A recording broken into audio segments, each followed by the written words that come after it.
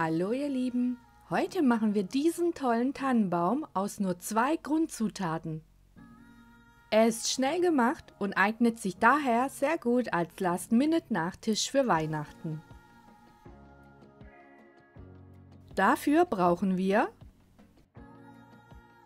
2 Rollen Blätterteig mit je 275 Gramm, ca. 250 Gramm Nutella. Wenn euch dieses Rezept gefällt, freuen wir uns über eure Unterstützung mit einem kostenlosen Abonnement. Das sind die 2 Grundzutaten und nun optional. 1 Esslöffel Puderzucker, ein Eigelb und 1 Esslöffel Milch.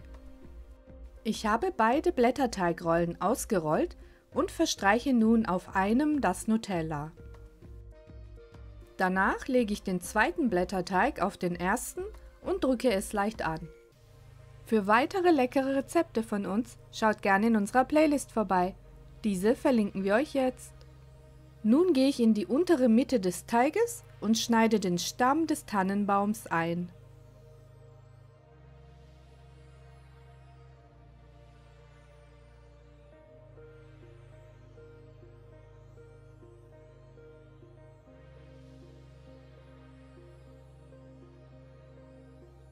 Dann gehe ich nach Augenmaß in die obere Mitte des Teiges und schneide den Baum heraus.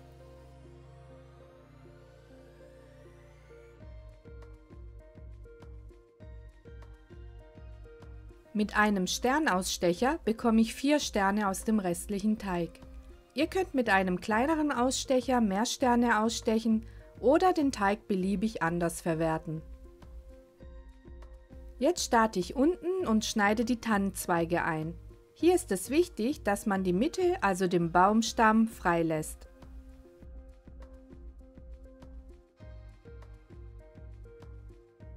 Dasselbe wiederhole ich nun auf der anderen Seite.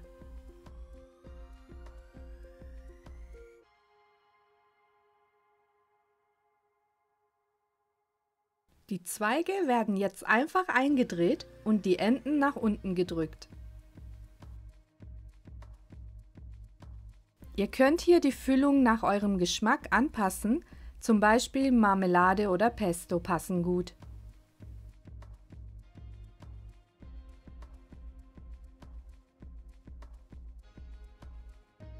Das Eigelb vermische ich nun mit der Milch und bepinsel damit die ganzen Teigoberflächen.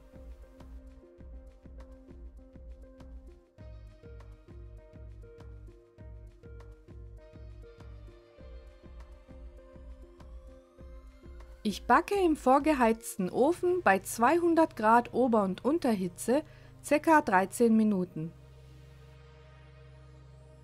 Sobald alles abgekühlt ist, siebe ich den Puderzucker darüber.